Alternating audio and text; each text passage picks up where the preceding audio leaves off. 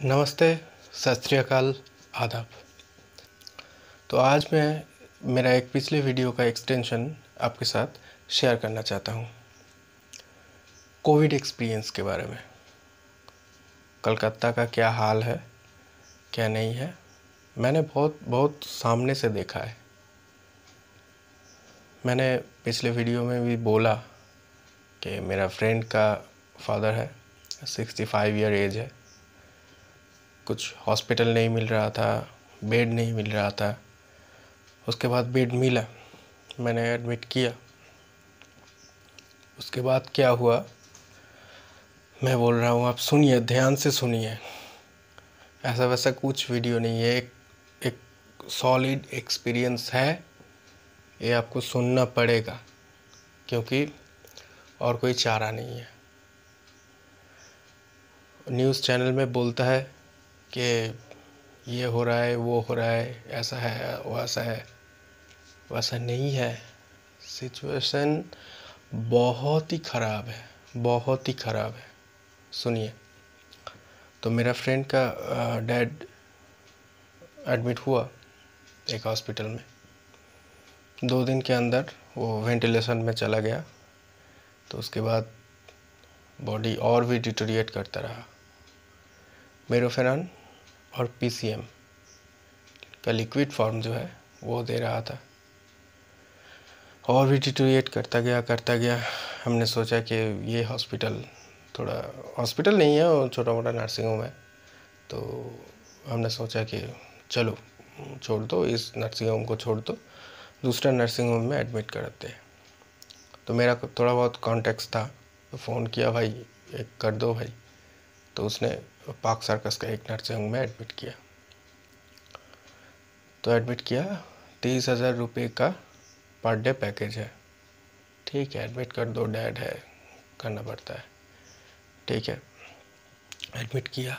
Ventilation में एक ambulance आया लेने के लिए। 5-6 हज़ार रुपये का वेंटिलेशन एम्बुलेंस होता है। उसने बोला 14,000, हमने वो भी दिया पाक सर्कस में।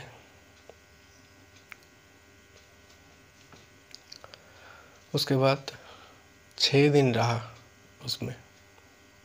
उसका एक लंग्स, बाएं तरफ का लंग्स खराब हो गया था, फेल हो गया था। तो इंक्यूबेट करना पड़ा। इंक्यूबेट क्या होता है? इंक्यूबेट होता है कि अगर कोई आदमी सांस नहीं ले पा रहा है, नहीं ले पाया, तकलीफ़ नहीं हो रहा है ना, नहीं ले पा रहा है, उसके लिए एक पाइप को पूरा लंग्स के अंदर घुसा देता है और ऑक्सीजन पंप करके उसके अंदर पंप करता है। तो उसमें क्या होता है, जो आदमी नहीं सांस ले पाता है उसको भी सांस दे सकता है। तो ऐसा दिया हुआ था।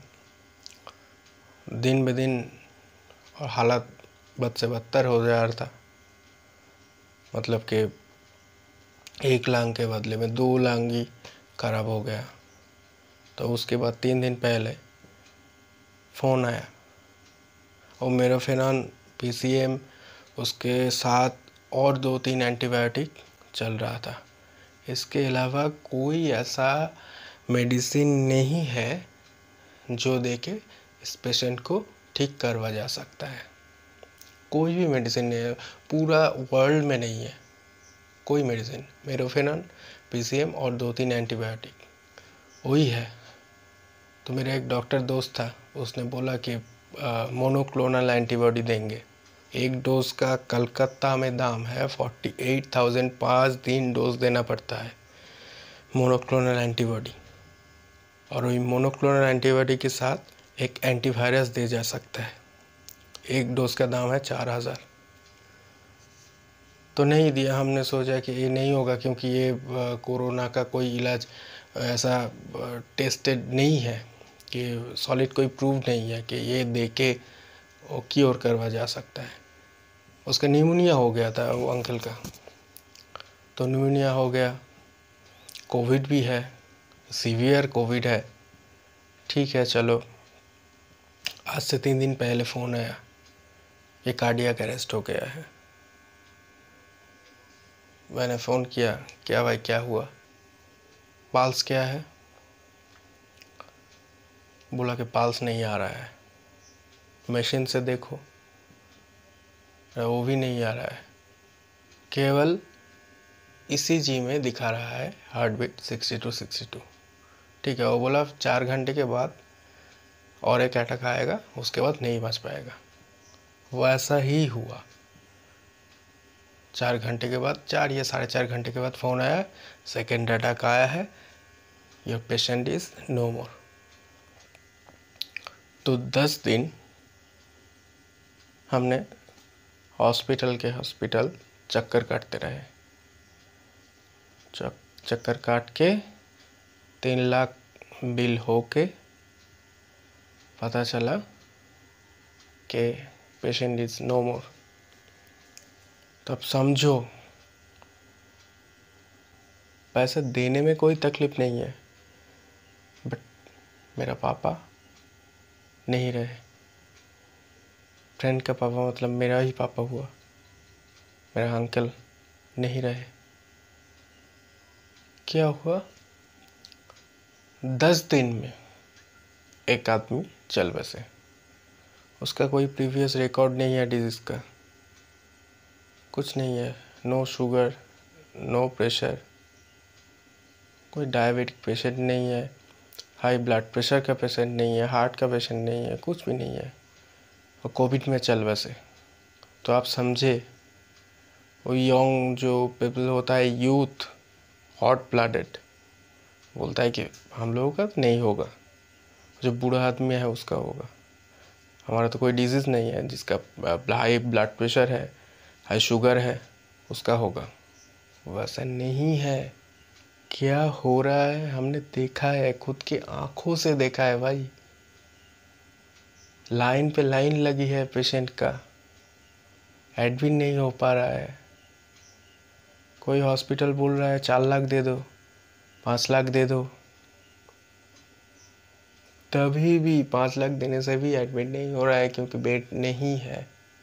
समझो, समझा करो मेरा बात,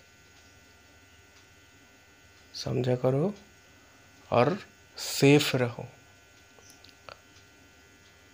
घर के बाहर जब निकलोगे मास्क लेना ज़रूरी है, और सैनिटाइज़र लो, घर में आके हाथ साबुन से धो।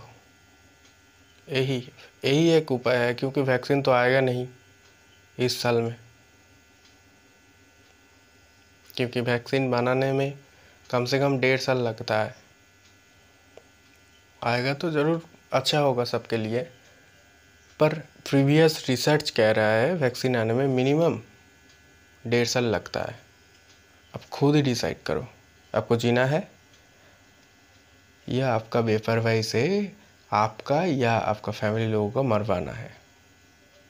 खुद डिसाइड करो, ऑल इज इन हैंड। खुद डिसाइड करो, और कुछ बोलूँगा नहीं। Stay safe, stay connected with us, और भी डिटेल्स देंगे आपको। Love you.